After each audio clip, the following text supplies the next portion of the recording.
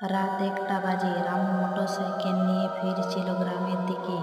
চারপাশ শুধু অন্ধকার আর ঝিঁঝি পোকার ডাক। হঠাৎ রাস্তার ধারে এক মেয়েকে দাঁড়িয়ে থাকতে দেখলো। লাল শাড়ি, কালো লম্বা চুল, মুখটা ঠিক মতো দেখা যাচ্ছে না। রামু বাইক থামিয়ে জিজ্ঞেস করলো, আপনি এখানে এত রাতে দাঁড়িয়ে আছেন কেন? মেয়েটি ধীরে ধীরে মুখ তুলল।